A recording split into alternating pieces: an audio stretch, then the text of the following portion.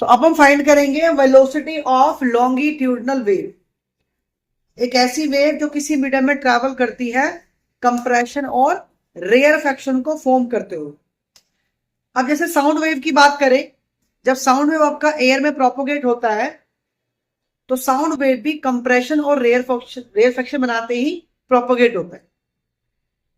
तो मीडियम में कंप्रेशन या रेयरफेक्शन होना डिपेंड करता है कि मीडियम आपका कितना इलास्टिक है, क्योंकि कंप्रेशन में आपका वॉल्यूम कम होगा, रेयरफेक्शन आपका वॉल्यूम ज्यादा होगा।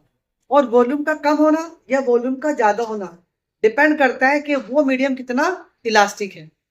यानी लॉन्गिट्यूडनल वेव जिस भी मीडियम में प्रोपोगेट करेंगी, पहला फैक्टर क्या होना चाहिए, उस मीडियम की इलास्टिसिटी, कि जब आपका मीडियम इलास्टिक नहीं होगा तो वो कंप्रेशन रेयरफेक्शन नहीं हो पाए, राइट।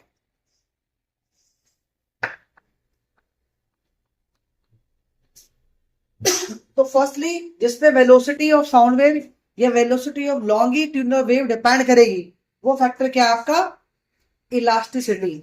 और इलास्टिसिटी की स्ट्रेंथ को मेजर करते हैं in terms of coefficient of elasticity.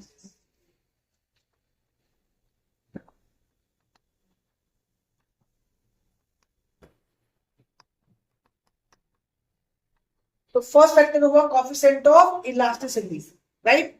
Second factor क्या होना चाहिए, क्या जो वेलोसिटी है लॉन्गिट्यूडनल वेव की वो इस फैक्टर पर डिपेंड नहीं करेगी कि आपका मीडियम कितना डेंसर है। डेंसिटी भी कुछ हद तक इलास्टिसिटी को फेवर करती है, यानी मीडियम का कम डेंसर होना या ज्यादा डेंसर होने से उसकी इलास्टिसिटी वेरिएट करती है। इसका मतलब जो वेलोसिटी ऑफ साउंड वेव है वो डेंसिटी पर भी डिपेंड करे, क्योंकि जब एयर के अंदर डेंसिटी कम हो, वाटर की डेंसिटी ज्यादा हो, उस फैक्टर की वजह से जो साउंड की वेलोसिटी है वो इफेक्ट होती है। तो सेकंड फैक्टर क्या हुआ, density of the medium. That means V proportional to E into rho, or we can write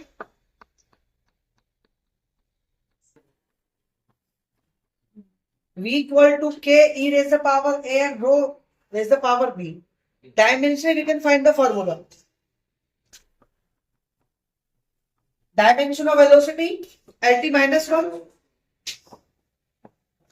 Dimension of coefficient of elasticity, stress over strain, strain no dimension, stress हो गया force upon में area, force हुआ M L T minus 2, area divide by L square, so M L minus 1 and T minus 2। Stress होता है force upon में area, force हुआ M L T minus 2, area L square. तो यहां से हमारे पास आ जाएगा M L minus 1 T raise to the power minus 2। Density mass upon volume,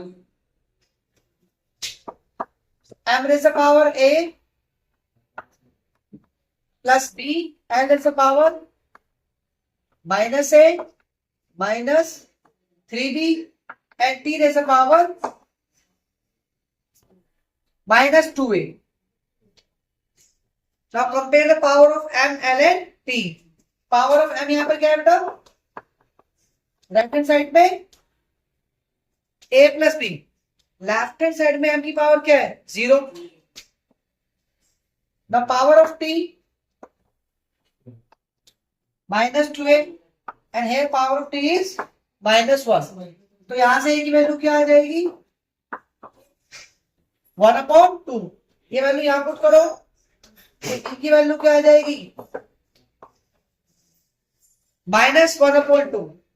ए और बी की वैल्यू पुट करो इक्वेशन 1 के अंदर,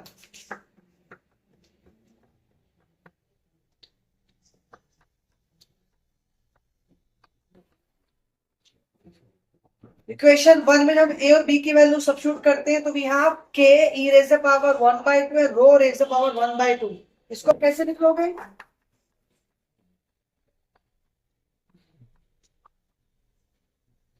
के e raise power sorry e divide by rho raise power 1/2. This you can write.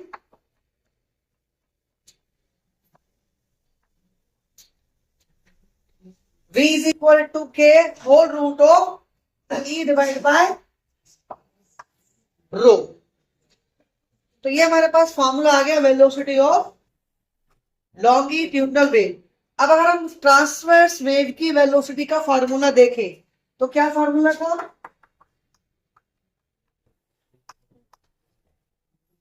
V is equal to के root of T upon में m. यहां पर टेंशन था, यहां पर कॉफिशिएंट ऑफ इलास्टिसिटी है. दोनों ही आपके इनर्शियल फैक्टर है.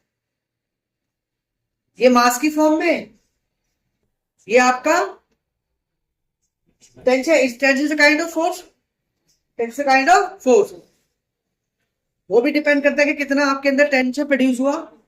यहां पे कि मीडियम कितना आपका इलास्टिक है. यहां पर मास ऑफ द स्ट्रिंग, यहां पे डेंसिटी. यानी पहला वाला जो फैक्टर है वो तो डिफाइन करता है किसके? इनर्शिया फैक्टर की, कि कितना मास है, मास जितना वो उतना फोर्स लगेगा. ठीक है. और इलास्टिसिटी भी हमारे कहां से आएगी? मास के फैक्टर से ही आती है. तो दोनों फॉर्मूले को हम डिफाइन कर सकते हैं. P इज इक्वल टू के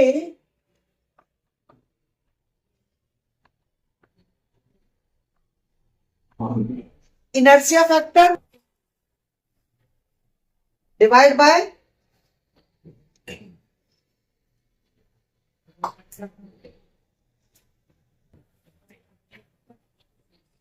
इसको ऐसे ज्यादा कंफ्यूजन हो जाएगा. ठीक है ना. V is equal root of E upon में रो.